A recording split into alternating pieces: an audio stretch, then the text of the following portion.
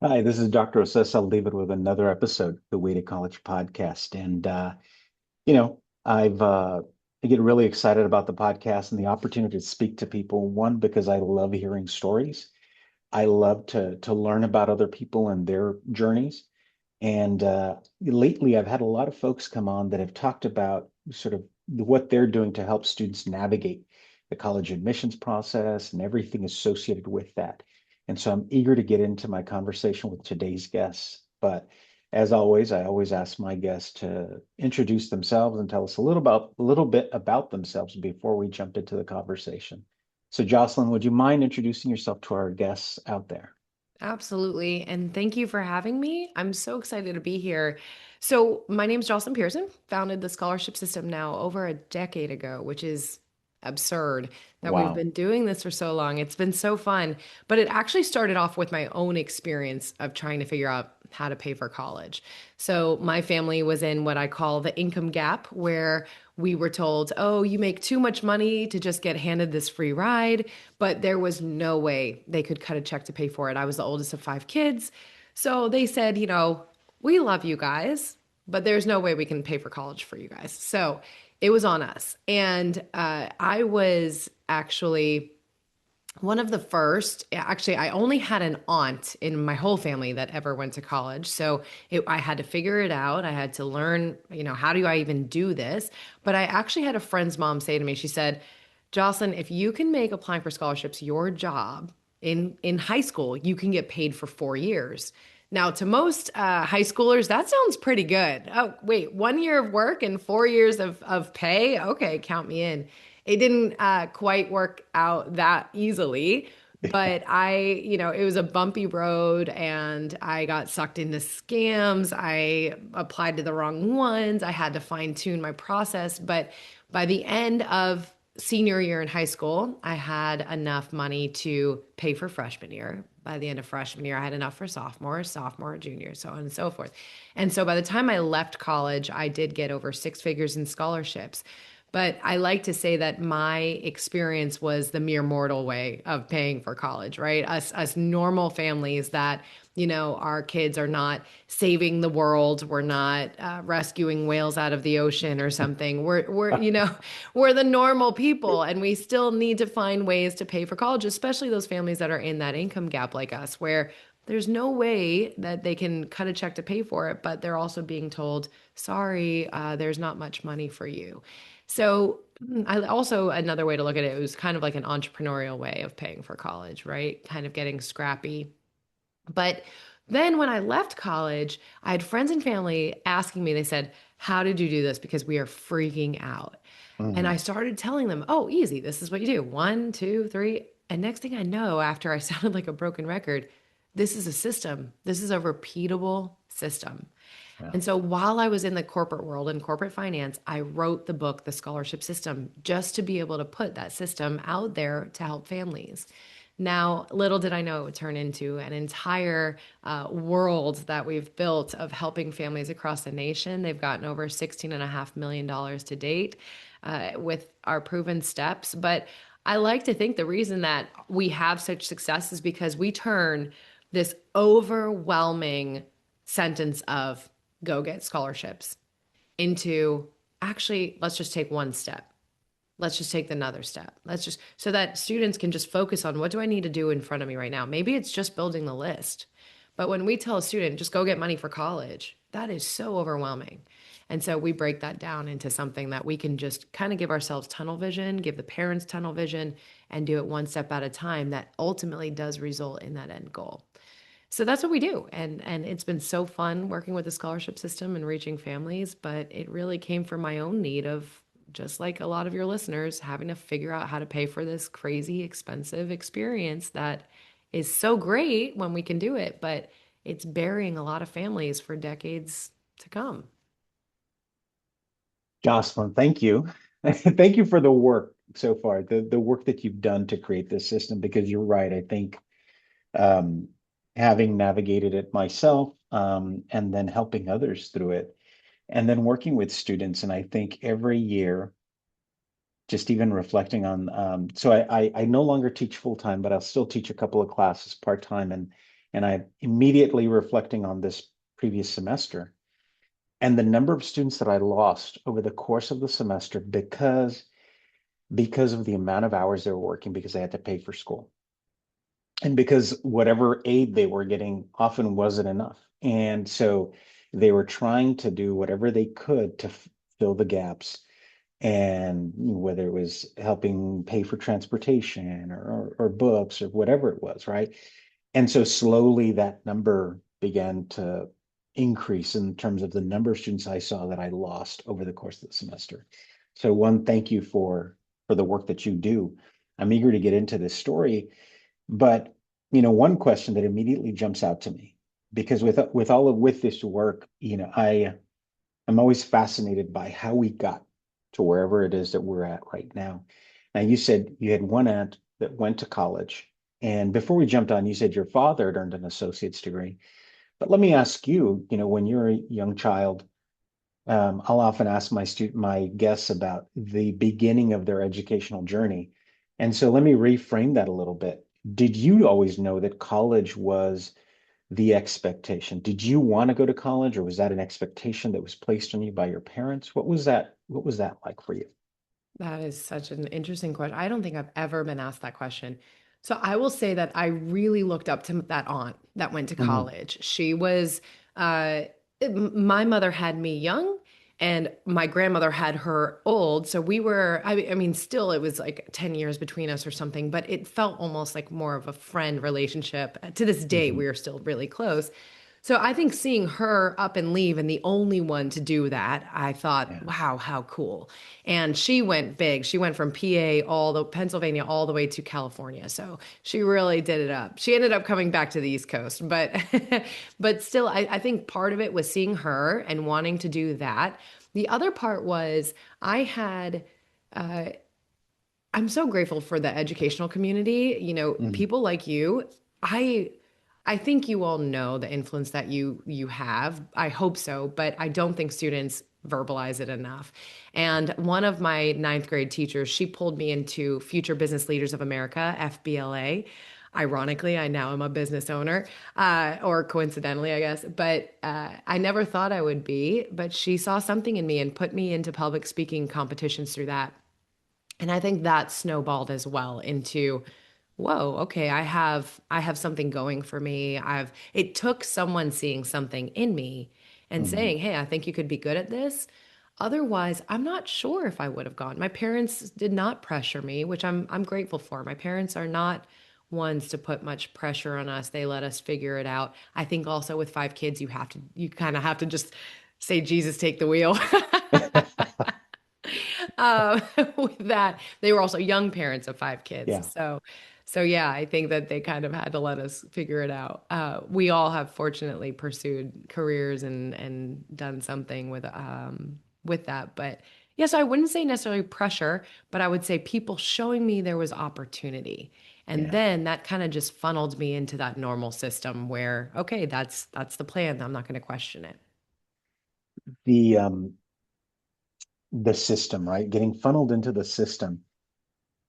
Tell me about your high school. What was your high school experience like? And there are because I think regardless, like even if you're funneled into the system, there's some students that I think have more opportunities. Maybe I think about myself, and I think um, I didn't, you know, I don't remember my counselor, Mm, and I was in the top 10% in my graduating class, but I think had it not been for a teacher who maybe like that ninth grade teacher saw potential in me and so said, hey, we're going to enroll you in this test prep class, or hey, we're going to do this to help you out. I don't know what would have happened to me. And so tell me about the system that was in place at your high school. What was that like? I think my experience was similar to you. It was more teachers or advisors that were like a club advisor that was more influential because I did go to, so I actually did ninth and 10th grade in a very low income town. To this day, it's just not a good area. 900 kids, only Mm. a handful of counselors. So you had very little support there. That's where the FBLA person was who inspired me there.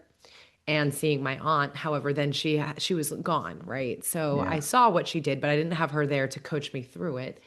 Then in 11th grade, for 11th grade, we moved down south to South Carolina. Complete change of culture, as you can imagine. And it was, man, the first few months I was like, I'm moving back, the typical teenager, I'm not staying down here. But within a few months, I had found my ground and fell in love with it. And now I'm this weird hybrid of Northern Southern. I don't know. It's interesting. I say y'all, but I can also be kind of direct. But down south, I do remember a counselor, however, that showed me some opportunities. But I also remember a counselor, and I hate to say anything negative because I know that they have so much responsibility. But one of the counselors, I had said I was interested in biomedical engineering, and she said it would be 18 years of college. And I said, that's as long as I've been in school so far. I'm not doing that. Later, I found out there are biomedical undergraduate degrees, and then you get your medical. So that actually, had she not said that, I could have been a biomedical engineer. I don't know. I thought it was cool to create mechanical hearts, was I remember telling everyone. Yeah. So actually, that information possibly changed my entire future. The wrong information. But I did have one counselor that would show me opportunities, but I was a volunteer in the office, so I was around them. Mm. Otherwise, if I didn't take the initiative and go in there and start conversations and help out, I don't recall any standard routine meetings to discuss things or prep classes or anything like that. It really was initiative that I had to take. You thank you. Thank you for sharing that. I think a lot of our guests will be able to relate to that and that'll resonate with them. I think for a lot of our guests, primarily, they've shared similar stories where it was their experience and their road to college and higher ed was often driven by a teacher or somebody close to them.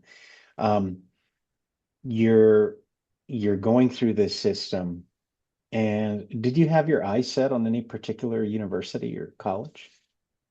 I was following the money, and that is something that Okay. I was born of the 0809 crisis, right? Yeah. So I was leaving high school during that time.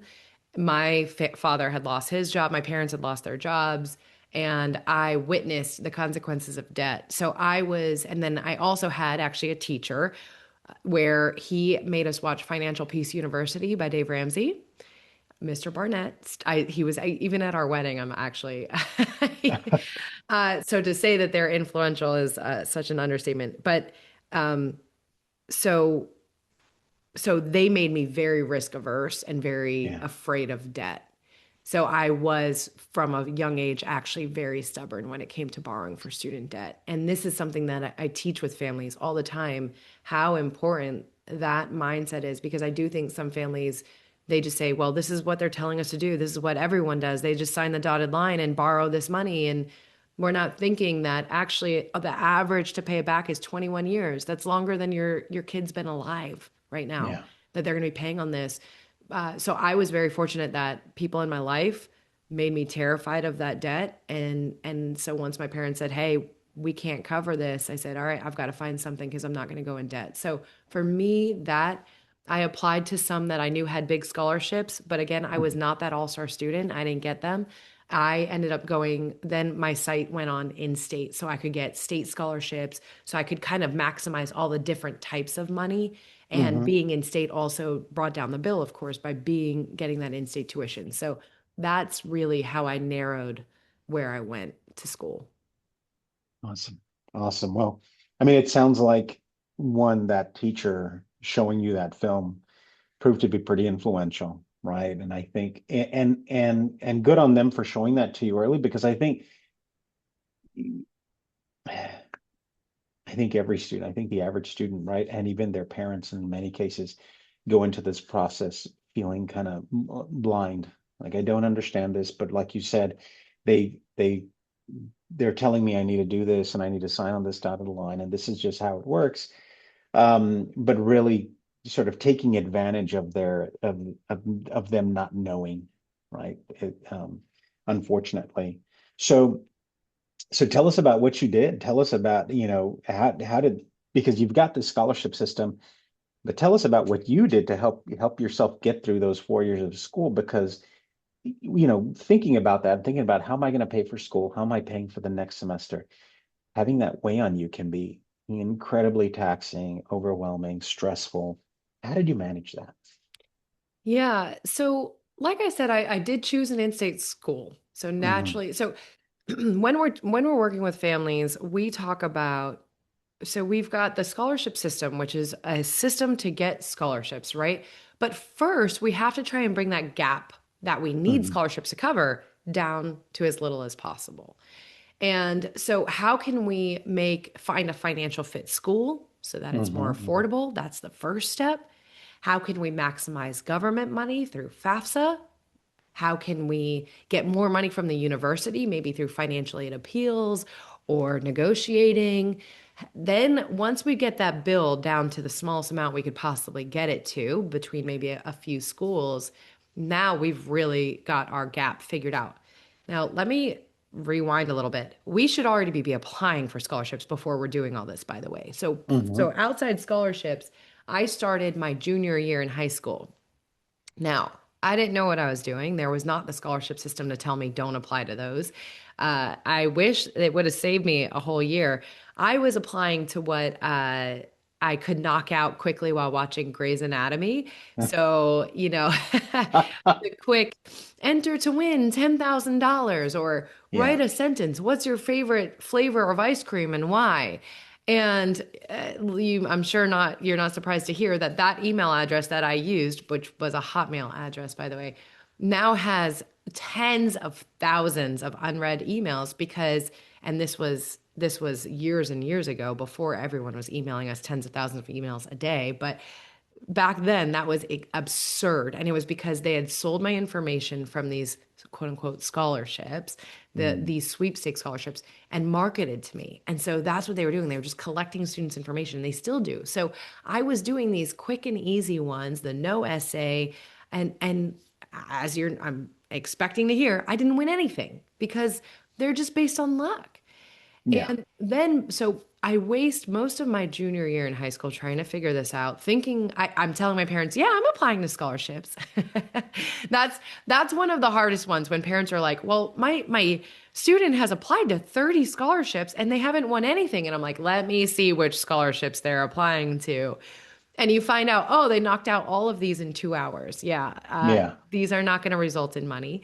And I share this, by the way. I hope no one hears this as judgment because again, remember, I did this. I've been there. I've done it. Every family I've met has done these because they say, well, someone has to win them. In now really 15 years in this space, I've never seen a student win one of those. It is just a waste of time. So that's a junior year was spent on these scams.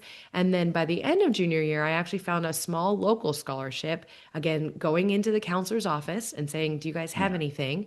And they had this drawer where they would just print everything and throw it in there. So again, if you're not taking initiative, you're not going to find those. Now, I think these days schools are better about putting them in the Blackboard or the Naviance or on their website. But still, I recommend walking into the high school counselor's office and saying, are there any local scholarships you've been told about? And I applied and I won $500. And you'd think, okay, $500, that's nothing. That's a few textbooks these days, right? But that $500 changed my life because it showed me, oh, there are legitimate scholarships out there. Oh, you can win money. Okay, wait, I had to write an essay for this. It asked about my transcripts. So I started deciphering what is a legitimate scholarship versus what is a scam. Mhm. And that's something that we can get into in depth. But so by the end of senior year, I did have a good chunk of the bill covered that I knew that base was covered all 4 years. But there was always a little bit of a gap remaining Mhm. that I would need to get the rest together. But the thing was, by the end of my freshman year in college, I had a standard essay that I had maybe like three versions of it that I could rinse and repeat, fine Yeah. tune. Each year I would update it. And I had my go-to professors that would review them for me. I had my go-to, so I created again a system in place. So while it does sound like, oh gosh, you had to apply it each year, it actually wasn't that bad. I was able to just rinse and repeat the winning materials. And I want to clarify there, we're not rinsing and repeating something that's never won, right? If it's never won anything, it's not going to start winning things 50 applications down the road. We need to tweak, we need to improve. That's where experts come in, or a professor comes in, or an English teacher. So we don't want to just keep reusing something if it hasn't won. But once we nail it, once we get that story and we can reuse, then reapplying is not that much of a burden, right? We've got a system in place. And that's what we find with our students. After they win that first one, man, the domino effect begins. And they get that fire like I did. They get so excited. The parents get excited, and they just keep bringing in more and more money. And also, I will say, once we're in college, it's sometimes in some ways easier to win because you're showing them, hey, I'm here and I'm doing it. I'm not just, Yeah. this is not theoretical. I am showing you I'm going to succeed in college. This is my GPA. These are the clubs I've joined. I'm managing. Also, the clubs that we're in, they have scholarships once we're in college, not just locally, but sometimes on a state base, sometimes even on a national base. So one club could turn into three different opportunities for money.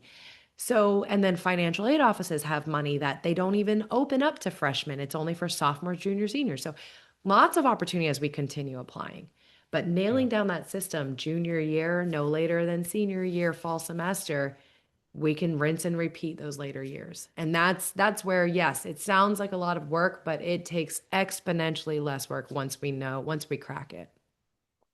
Yeah, and I think I really can't emphasize that point enough, right? Doing that initial work, putting in that initial investment, because that initial investment is going to help pay off in the long run. And I think with anything, getting students to see that, sometimes the students, I feel like have trouble seeing like from one day to the next. You're like, no, you're putting in the work now so that, this is going to pay off down the road. Now, not only when you get this scholarship information and your application in, but long term, right? You're building this system, helping them understand that this is part of a system that they're investing in and that they will help them throughout the long term. You're when did you know? When did you know that I've got a system? Like I've got something that I think can be useful to other people. Oh, that was in my corporate world job when someone asked me about this. And Yeah, actually I had a friend writing a book at the time. And he's like, Jocelyn, just package it, put it into the book and get it out there, you know? yeah, And I never planned on making it into my career. Never. He said, that's clearly something. And so he walked me through it as he was writing and self-publishing his own book. But it was not until after I'd gone through college that I realized it was a system. And what's funny is, in hindsight, when I mm. was in college, they'd always make fun of me if the scholarship topic came up. They'd say, "Oh no, here goes Jocelyn." So I mean, I was such a scholarship nerd. I was obsessed with it because I just got so excited because it changed my life. Yeah, I was not only did I was I able to graduate debt free, I actually was able to study abroad. I never thought as a girl coming from a normal family and one that no one had gone anywhere, would I ever be able to study abroad? I mean, I was ecstatic yeah, to have the bill covered and not have to take out debt. Never mind, get enough to be able to go and experience Europe for 6 months, and it was completely covered. So wow, yeah, and actually, I even got a little bit extra for study. I got a study abroad scholarship, and that helped cover a little bit more. The opportunities I had. I bought a rental property right outside of college because I still kept a part-time job. That discipline hmm, for me, just if I had too much time, it was like I could do nothing. But when I had constraints, I could accomplish whatever. And so I would serve, or I'd be a teacher's assistant or whatever. I kept myself busy. And so I had a small savings account actually by the time I finished college rather than a bunch of debt. So that turned into a rental property. And then I was able to, it just snowballed. And so I was so passionate about it. And yeah, a friend said, put it in a book, get it out there. And we did, and thank goodness I had put something in there to say if you want the audio version, put your email address in. Yeah. And that's how everything began. I then reached out to those emails and said, "Do you guys want me to walk you through this on video instead?" Yeah. And yeah, and that's how it was born. How long, um, how long were you in corporate finance? I was in the corporate world. I did only 2 years of full career, but I had Mhm. worked for them as an intern. And so it was 3 years with the company, but it was two after college. Yeah. And so you're interning with them, then going and working 2 years, and then this friend encourages you to put the system into a book for for a number of people. Um, they're not necessarily looking for a way out of their career, and not that you were, I choose my words, right? But when did you see, like, when did putting the book out, when did you see, you know what, I can transition into this and I could probably do this full time? How Hmm. soon after publishing the book could you make that assessment? So I actually was waking up an hour early before my corporate job. And so it's funny, our writing method that we teach in the scholarship system, our 3-step writing method, is the method I used to write the book. It's what I used to write my essays as well. And I got it using that writing method. I was able to knock out 1,000 words in an hour. I had it down. Okay. And so I would wake up an hour early. I'd give myself an extra hour and I'd write. And so I was writing the book in my corporate job with no intentions of ever leaving the corporate world. Yeah, So that book was published almost a year before I even left the corporate world. So I had that book out there on Amazon for a whole year, and then I was actually in the process of negotiating my post 2-year program salary and all that stuff when I was like, let me just see if people would like this as a video thing. So the book was already out there and no intentions of turning it into something or escaping the corporate world. I mean, this was again over 10 years ago. So working online, that was not really a thing. yeah, yeah, That the people who, by the way, if anyone happens to hear this, I mean, at this world, at this age, they'd be way past college years, but those people who invested in it, I got 8 customers and it was the sketchiest PayPal button on a page. There is no way today, if I yeah, launched it today in yeah, that format, anyone would buy. It would raise all the red flags. But it was just back then, that's the only, there weren't website things that were easy to do. I was trying to learn how to code sites and all this stuff. It was crazy. So yeah, I laugh. I wish I could find that page and like screenshot it of what it looked like. But yeah, so the book, it was never with an intention of getting out of the corporate world. That wasn't my thought at all. And then yeah, a year later, I just said, would you guys do this? And I got 8 customers, put in my 2-week notice the following Monday. Now, I do want to say, we remember I'm very risk averse. I had yeah. 6 months of savings in the bank. And also, I was fortunate enough to have a partner that supported me. So, God forbid if I really if it crashed and burned, I did have a backup plan. Luckily, never needed that. But so lots of privilege there. But yeah, I made sure I had my savings and put in my 2-week notice. Wow, wow. Well, congratulations. Congratulations on the success of the system and all of the work that you've put into it. Now, Jocelyn, I'd love to take advantage of well, I've got you here.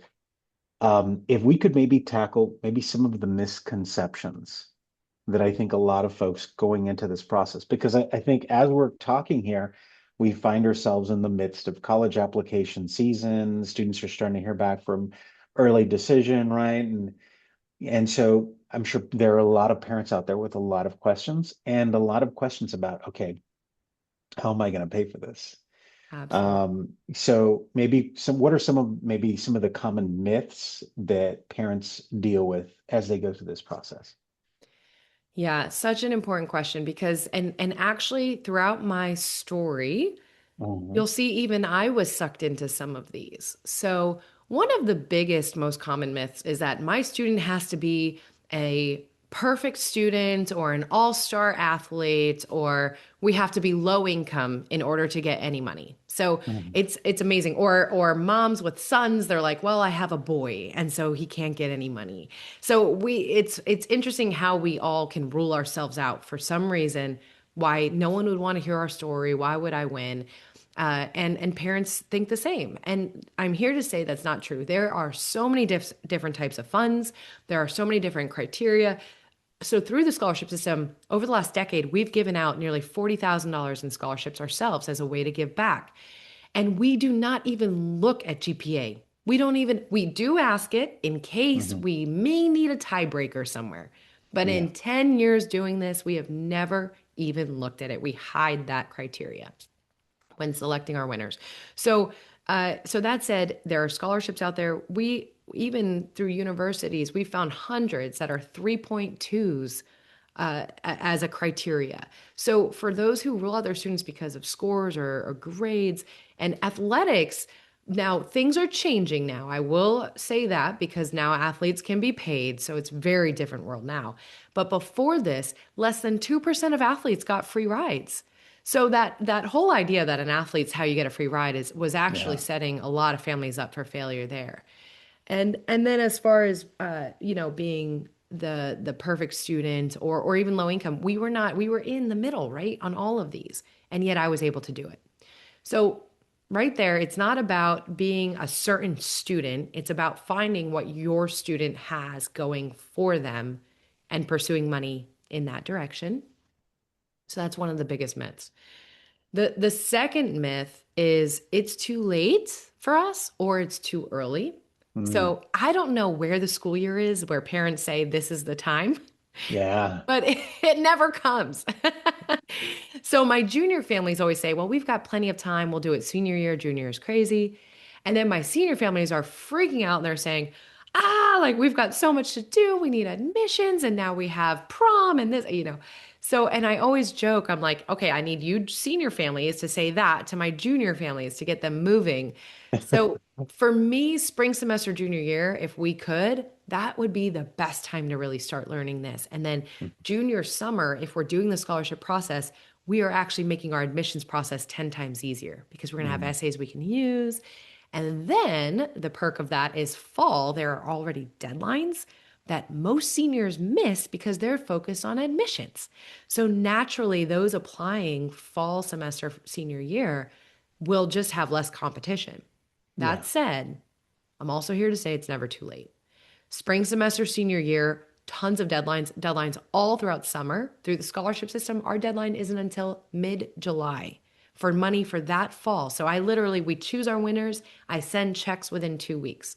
So there's money all throughout summer. And remember in my story, I got money each year while I was in college.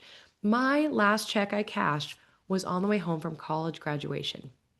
College Wow. graduation. I did not misspeak. That was from a club that I was in, and I got 500 or 600 bucks, and it was a cash award. I got to keep the money. It was amazing. So we've even had families that found us when their student already left high school, and they Mm. said, "You really think it's not too late?" I swear to you, now they're over $25,000 that they've secured. One family Wow. specifically that comes to mind. So never too late, never too early. The criteria.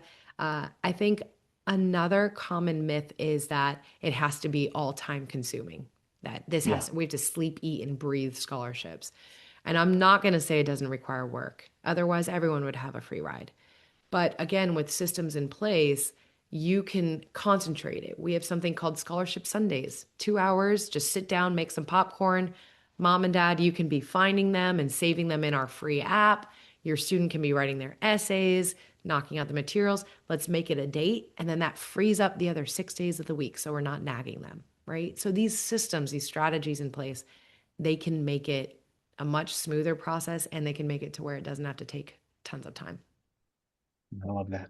I love that. And I appreciate that. And I'm sure our parents that are listening and my goal for our recording today is to turn around and get this out as quickly as possible because I want to get this information out into parents' hands because I think like you, I often reiterate this to parents and to students is you sort of like always take advantage of the time. You're never too late kind of thing, right? Just as you said. But I think the sooner we can get this information out, obviously, the better. So thank you.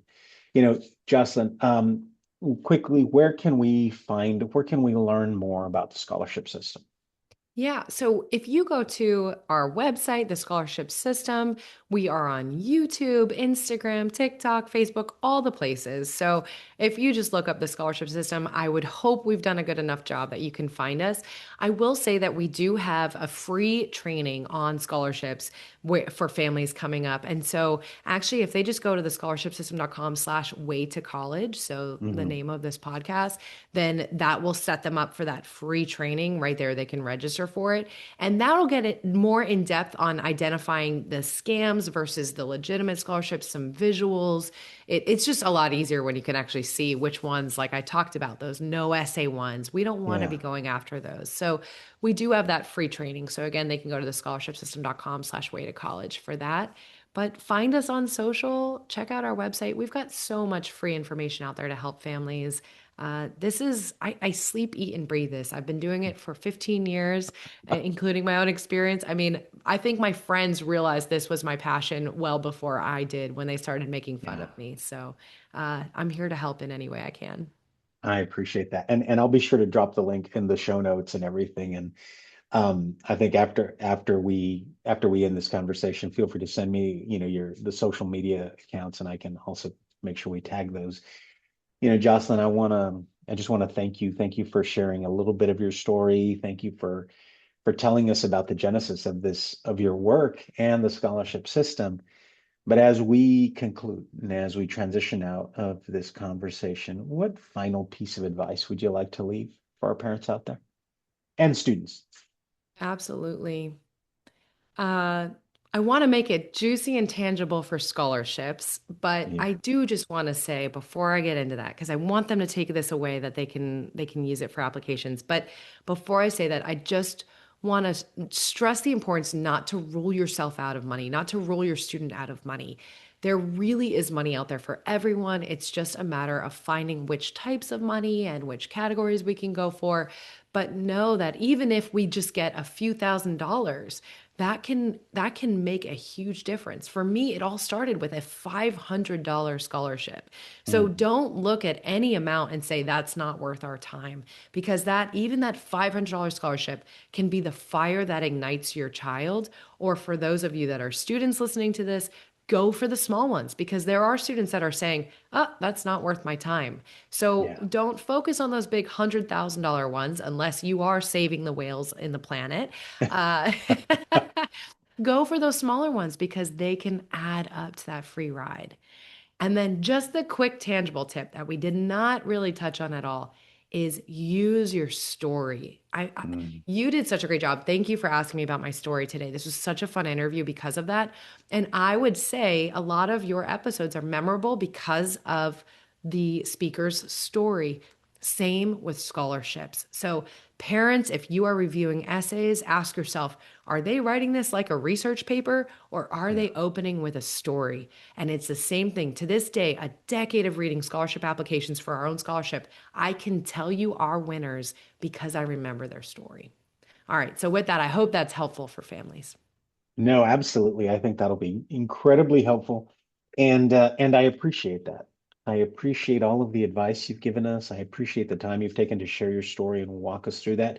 And I think because just to your final point, right? I think we connect to stories. And so for our listeners and our viewers out there, knowing that this is a system that you used throughout your journey to help you get through school, to pay for school, to graduate debt free. And then that you're sort of paying it forward by sharing this system with others. Thank you. Thank you so much today.